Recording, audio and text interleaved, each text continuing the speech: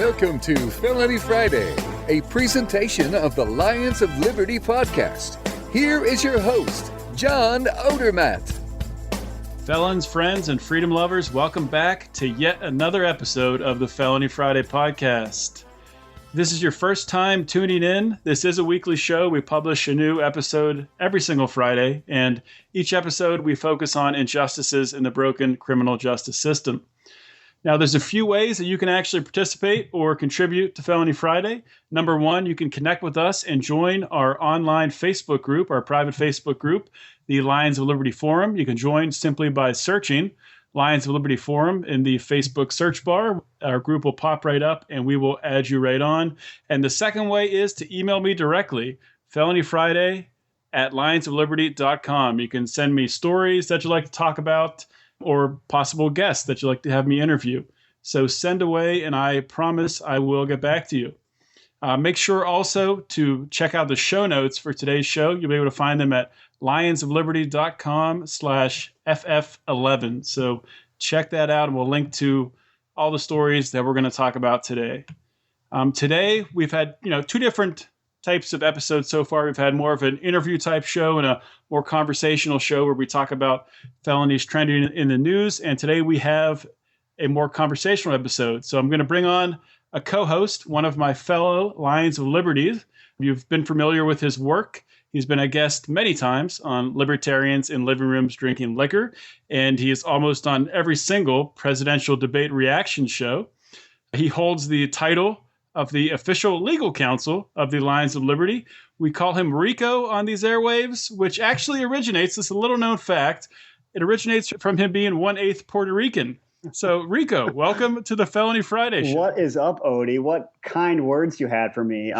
Co-host, I guess I've been promoted, and people who have heard my work, I don't know what work I've done, but here I am. So good to be with you. Yeah, it's been some work. It's out there. I mean, I use the word work loosely, but it's quality stuff.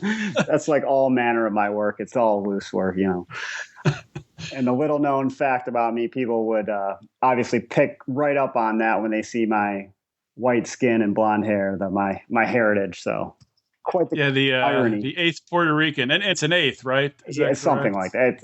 I've never been able to exactly figure out, but it's between a quarter and an 8th. So we'll go with that. That 8th is buried deep. But before we get started, I just wanted to kind of introduce you a little more to our listeners, so they can get some more background on you. You are an attorney. To be the official legal counsel, you got to have the qualifications. So you are an attorney. You went to law school. So I just wanted to ask you a little bit about that. Why'd you decide to put in the 3 years or 3+ years of misery in law school and then studying for the bar? Well, it's going to be a fascinating story. It basically originates back in 2002. The spring semester, I was a political science major in college, and I really had no idea what I was going to do with my life. My dad's a lawyer, so he was like, maybe just take the LSAT, see how you do, and going to law school is not a bad option. It's a good skill to have. So I was like, I guess, whatever. I didn't know what else to do.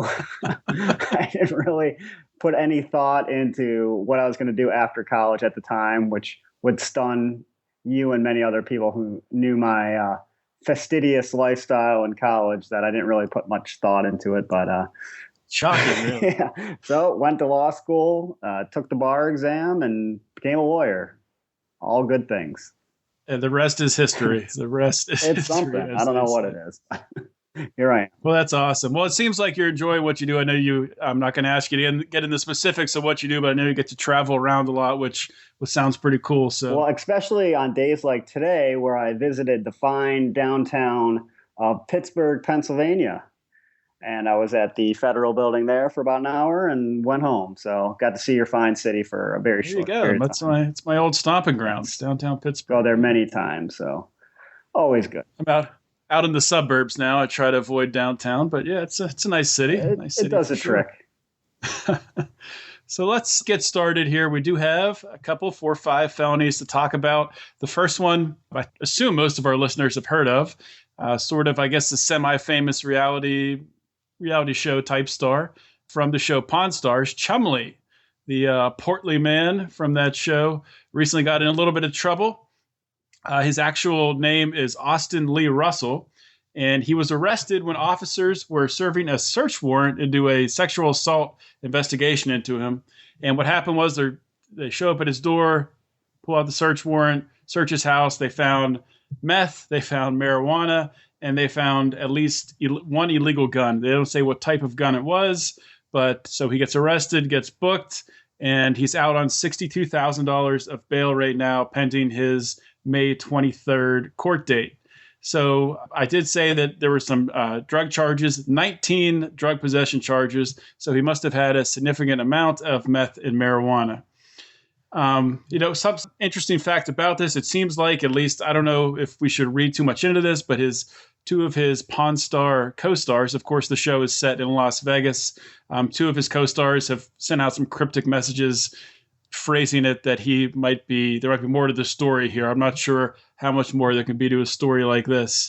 So I guess, Rico, in your professional legal opinion, do you think Chumlee is screwed here? I don't think it's a good situation. Just as a little more background, when I was in law school, I clerked for a criminal defense attorney for about 3 years. So I did a lot of motions. And I think the number one thing, or the first thing in any situation like this, is to look at the warrant and see, okay, well, one, it was for a sexual assault charge. So I kind of wonder what kind of evidence they were looking for. Were they looking for DNA? Because it doesn't say that they did any kind of testing. Were they looking for, video or pictures? Because typically warrants are, supposed to pretty specifically describe the area to be searched and what, they're looking for. And here, I looked a little bit into it. It didn't say that anything came of the sexual assault charges as of yet, or they found any evidence of that. But they found all these, drug paraphernalia, drugs, things like that. So it seems like they found a whole bunch of things that they weren't looking for or shouldn't have been looking for. But, when drugs are in plain sight, then, it's an exception to the whole warrant requirement. But I think any lawyer that knows anything first thing they would do is file a motion to suppress. And I'm saying this without really knowing much because I haven't seen the warrant. You haven't seen the police report. But, the theory is, look, if the warrant was invalid, then this is all, the legal term would be fruit of the poisonous tree. So if the warrant's bad, any evidence is that they got out of that invalid warrant is thrown out. So that's really probably his only hope here. And the odds of that winning are not great because every time there is a search, a lawyer will file a motion to suppress because they know once that evidence is in, the defendant's screwed. So we'll see what happens. I'm sure the lawyer will do that, and then that'll get denied, and then they'll probably work out some kind of plea deal.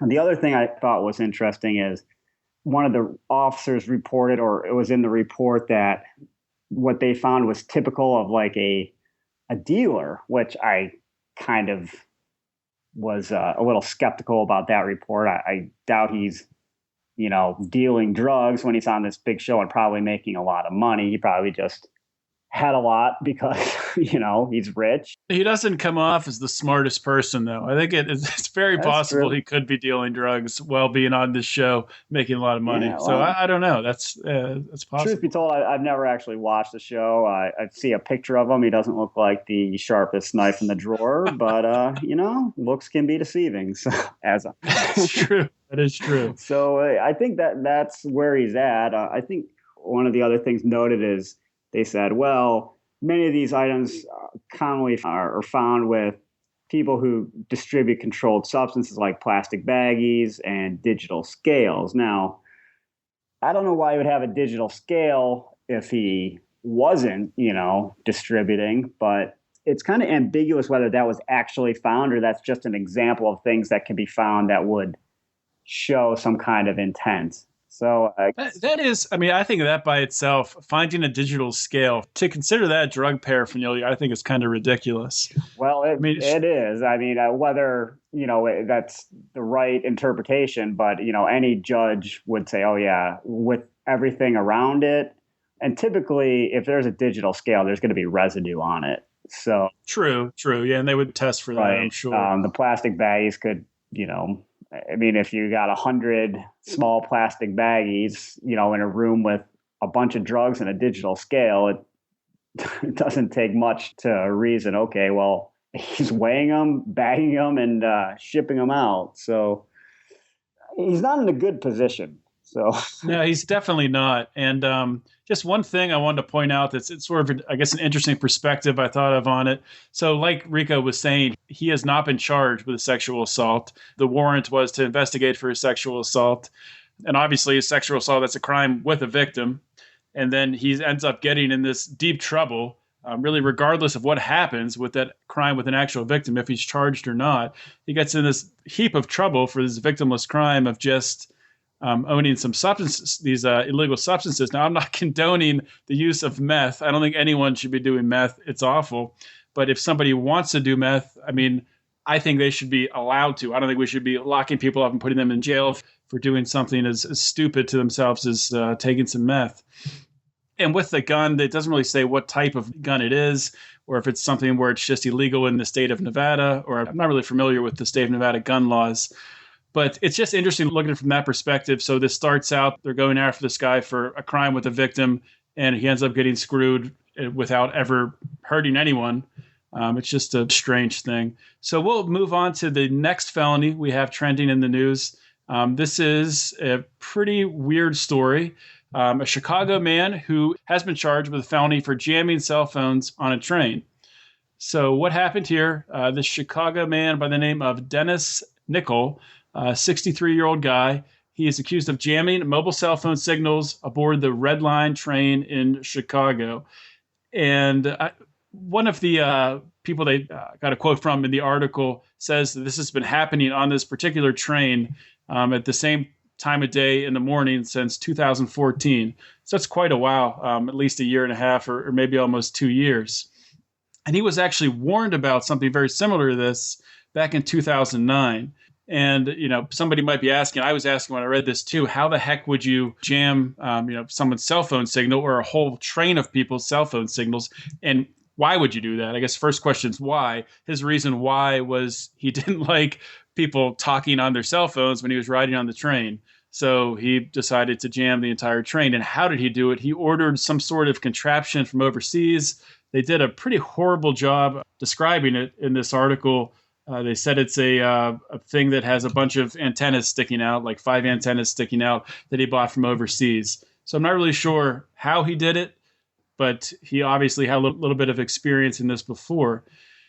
Now, the first thing I thought about when I read this story was the tragedy of the commons. You have public transportation. You have a guy that doesn't want people talking on a cell phone, so he's jamming their signals.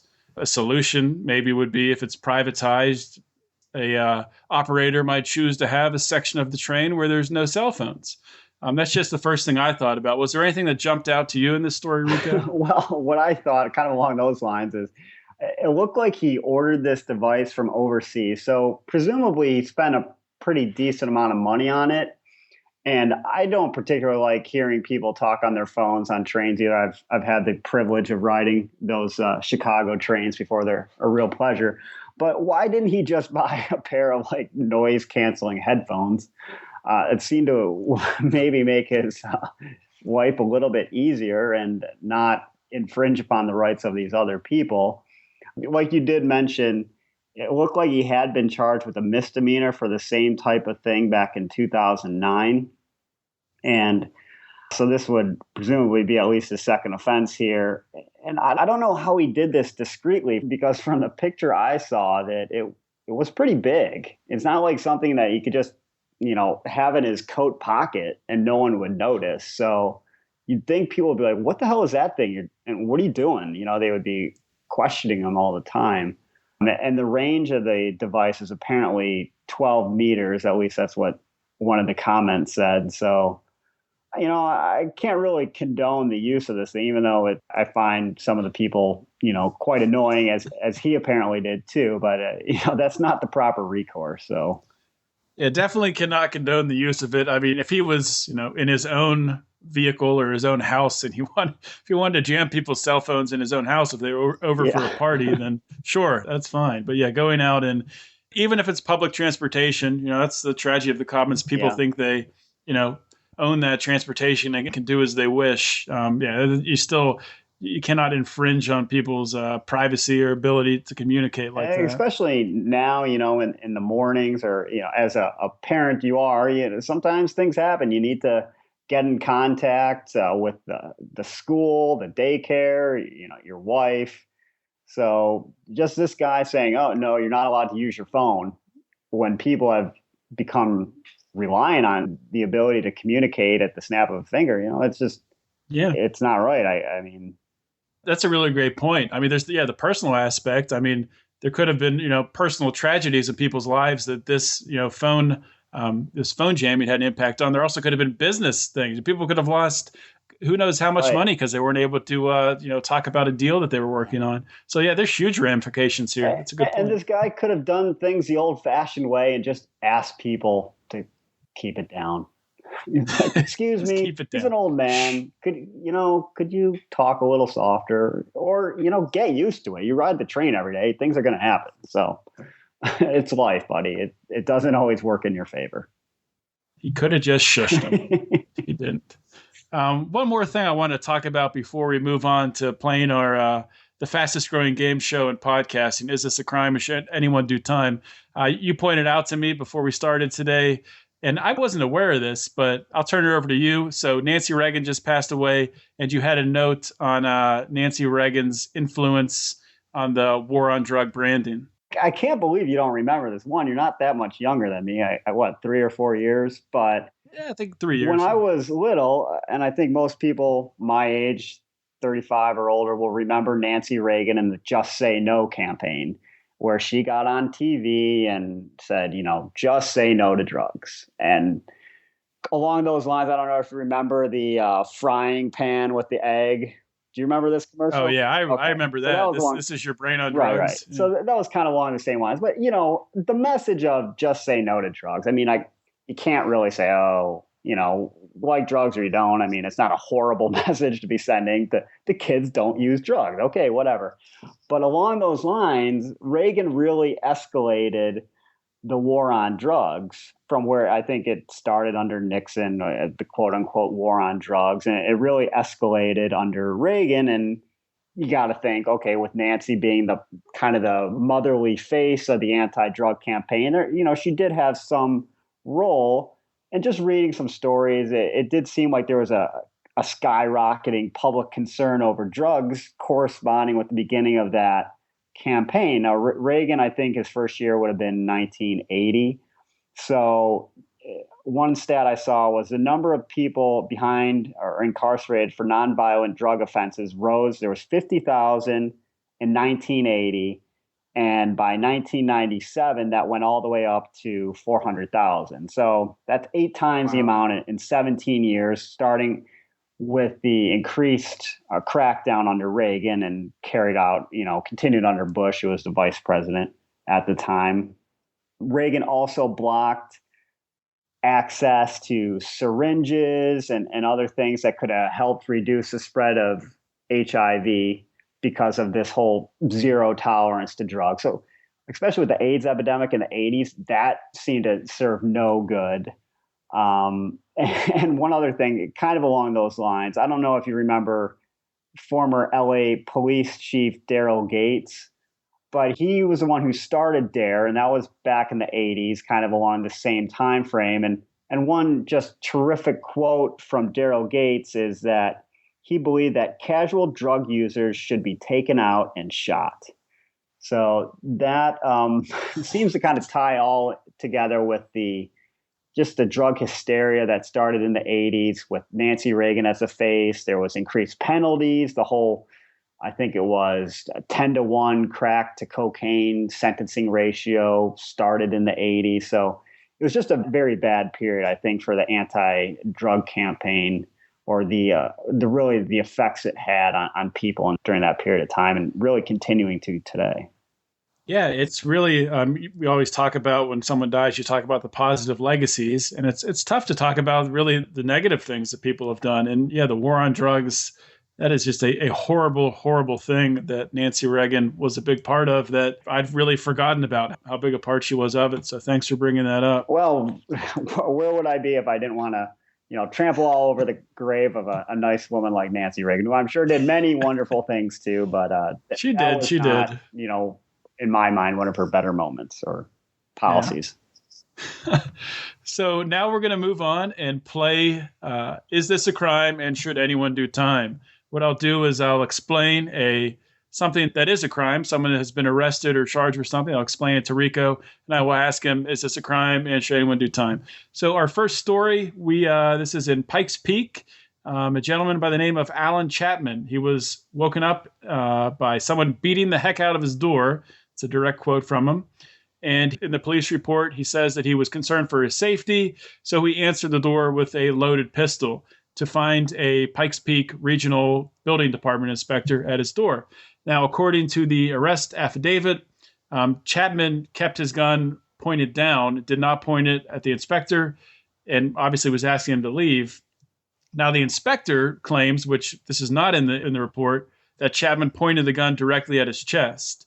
Now, it's sort of interesting, that aspect of it, because he was still arrested for not even pointing the gun at him, just for opening the door with a loaded gun, pointed down at the ground, even though the inspector said that the gun was pointed at him. Now, this is not necessarily in the nicest area where this occurred.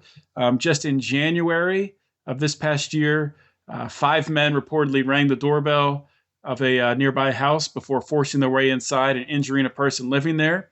And then in February of this year, a woman rang the doorbell of an in-home daycare, and 3 armed suspects forced their way in and ransacked the home. So this is an area where there's sort of a history of this stuff happening. Now, someone can be charged. His charge was a menacing felony charge. So someone can be charged with menacing for knowingly putting another person in fear of being hurt, even if a weapon isn't used. And once a weapon becomes involved, it's a felony. So I guess, he was threatening this guy for coming to his door, and just because he was holding the weapon, it became a felony. So Rico, knowing everything you know here and seeing this article, is this a crime and should this guy do time? Based upon, what you've said, I would say no, it's not a crime, and he certainly should not do time. One of the other stats that I saw was just in this year alone, it said in that area, there had been 5 home invasions and 242 burglaries. So you're almost crazy to not have a gun in that area with that level of crime. Answering the door, being startled, and, knowing the surrounding circumstances with that area, the history of violence, I don't think this guy did anything unreasonable. Now, it said that he kept the gun in his waistband and he didn't point it. If after opening the door, he learned that the guy was from the regional building department and he just didn't like him, and then he pointed the gun at him and told him, get the hell away from me. I mean, okay, you can't be doing something like that, but that's not in the report. And I don't think there's going to be any evidence to the contrary coming out unless there's some kind of surveillance camera, but you'd think they would already have reviewed that if there was. So I'm guessing nothing ever comes of this. These charges will probably be dropped or reduced significantly, because if it's just one guy's word against another and the police report already says he didn't brandish the weapon at the guy, why are they charging him? That's kind of what I'm wondering. Yeah, I don't know if they have something against this guy or if he has a past history. It didn't go into any of that. But yeah, I definitely agree with you. I mean, if he didn't point the gun at him, which the police report says he did not, then I don't see what the issue is. Even it's probably polite if you do answer the door with a gun and you recognize the person is not a threat, you should probably take the gun out and unload it and put it down. You shouldn't keep it in plain view in a threatening way. I'm not sure if that by itself should be a crime, though, but it sounds like the way it's written on the books that is a crime. If you do just have the other thing that I read in the article where the guy or the building department told the paper, the workers they try to knock on the homeowners' doors before starting their inspection, but it's not required. And I'm thinking, what kind of crazy policy is it for your building department to not necessarily knock on a door before entering? Now, there are certain tenant rights You should be given at least reasonable notice before any kind of inspection. But if these people think they can just walk into a home, why would the person living there not be like, what the hell is going on? Someone comes into your house with no notice. You have no idea what's going on. There's all of these home invasions and burglaries going on. Are these people trying to get shot? What the hell are they thinking? It's amazing. Maybe it's the home inspectors committing the burglaries. It's some kind of crazy crime syndicate. They're like, we're making out like bandits here. Conspiracy. That's a good point. Okay, so next one, we traveled to Brooklyn here, a Brooklyn IHOP. There's a waiter at a Brooklyn IHOP, William F. Powell, a 27-year-old waiter. He was arrested for allegedly giving out $3,000 in free beverages to customers over a 7-month period. Now, IHOP does not serve alcohol. All they pretty much serve is juice and water and coffee, I think. Maybe some other little more pricey drinks, but probably most of your drinks are under $5. So that is a lot of free drinks to be giving out over a 7-month period. But the charges he's facing charges of grand larceny, criminal possession of stolen property, and petty larceny. Now, the defendant has been defiant so far, and he told investigators, this is a direct quote, "I'm a modern-day Robin Hood. I'm not stealing. I'm serving the ones in need. I take from the rich and give to the poor. What's the big deal? I've been doing this since I started here." This is a guy who's already been charged, and he's saying this. So not the smartest knife in the drawer. So what do you think about this, Rico? There's a whole lot of things going on. I don't think you need to be a lawyer to figure out the guy that's been charged is one of the bigger idiots that you'll ever read about. Well, if you're being charged with this, don't go making statements like that, admitting guilt and saying, what the hell is the problem? I've been doing this the whole time. Just shut your mouth, buddy, okay? Come on. Use a little bit of common sense. The other thing, I kind of question the math here, because after I read that story, I'm thinking $3,000 in 6 months, that seems like pretty high figure for an IHOP. And another article broke it down. They said he would have had to have given out 1,441 IHOP splashes, which I guess are the high ticket item at IHOP, costing $2.29, which would have been about 10 a day during this whole period of time, which seems improbable. Then I questioned, okay, well, how did they get to this number of 3,000? And apparently the owner noticed that this guy's drink orders were 6%, where everyone else was 17 to 20%. So he watched old footage. So I guess we're led to believe that the owner watched 6 months worth of back videotape over all this guy's shift. So how many hours over 6 months did this guy work? So this guy, the owner's apparently reviewing thousands of hours of video footage to find out this guy gave away over 1,000 orange juices, which I don't really believe. So why not just fire the guy? I'm sure the owner wasted $3,000 of his own time charging to IHOP. Clearly, it wasn't that big of a problem because it took him 6 months to catch on. So I don't really believe the whole $3,000 thing. And it just is kind of a further backstory. For me, I'm kind of guilty of the same crime in a sense. Back in college during the summer, I worked as an illustrious beer guy at the Cleveland Indians games. And if, we saw someone we knew, someone that thought was cool, whatever, pretty girl, like, oh, yeah, you can have this beer. And they charge us for every beer, but a little known secret, you could say, you go back, you say, I kicked over those beers by accident. And they're like, all right, here's a couple extra. Rico, you kicked over 15 beers. Well, sometimes I was a little tipsy when I went into work, it's all good. So I don't really think this is that unusual of a situation. Well, I mean, to this extent, it's pretty unusual, but I think the proper recourse would be, all right, buddy, 1, you're fired. And if he needs to be charged with a crime or something, just suspend any kind of judgment based upon reimbursement. But this guy, he was not costing the owner $3,000. So I think they're figuring, okay, well, if they bought this many drinks, I would have got $3,000. But he was probably just giving away a few drinks here and there. And so the guy's not really out the money. He's out the cost of purchasing that product in the first place, which is not the price what people buy it at. So the owner's probably out like $500 in truth or something, a much less a lower figure. Make the guy pay some figure back, drop the matter. Let's be on our way. The whole thing's pretty ridiculous. Yeah, this is small potatoes. And I think more than anything, this highlights how stupid this waiter is for talking about it. Yeah. I don't know how he really helped people in need by giving away some free orange juices. I think he was just probably dumb or maybe looking for higher tips. But the whole matter, to charge this guy with a felony, come on. Why are we screwing this guy over for the rest of his life? He's going to have a felony on his record. Where is he going to work for this crime, so to speak? And certainly the owner's out some money and he should be reimbursed in some fashion, but to give this guy a felony is ridiculous. He can work for the Koch brothers. The Koch brothers hire felons, which I talked about in a previous Felony Friday column, which you can find at lionsofliberty.com/Felony Friday. I'm sure they'll be contacting him shortly to get his resume. I'm sure they will be. Well, thank you, Rico, for coming on the show. That's all we have today. You're always welcome back. It's always great to get a perspective of someone who works with the law.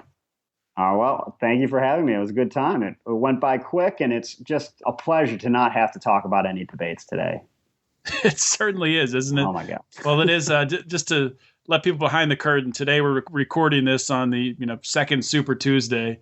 So we'll end this podcast and probably watch Donald Trump effectively end the election. Yeah, it's looking like that, but I suppose that's a discussion for another time. Indeed, indeed. Okay. I'm going to wrap up the show. Thank you, everyone, for listening. Please, if you enjoy this show, consider sharing it. Probably the easiest way to do that. You can follow the Lions of Liberty on Facebook or Twitter and just share it with your networks. And if you haven't yet, please consider subscribing to the Lions of Liberty podcast on iTunes or on Stitcher Radio. And remember that when you subscribe to the Lions of Liberty podcast, we have 3 episodes per week. So you get our Monday, Wednesday episodes, and also you get Felony Friday in your feed delivered to you. So please try to do that. You can also check out every single podcast we have in the archive. We are approaching 200 episodes of the Lions of Liberty podcast, not including the 11 Felony Friday episodes. You can find all those old episodes in the podcast archive at lionsofliberty.com/podcast. As always, guys, thank you so much for listening. I really do appreciate it. Thank you to Rico for joining me today. This is John Odermatt signing off. Always remember to keep your head up and the fires of liberty burning.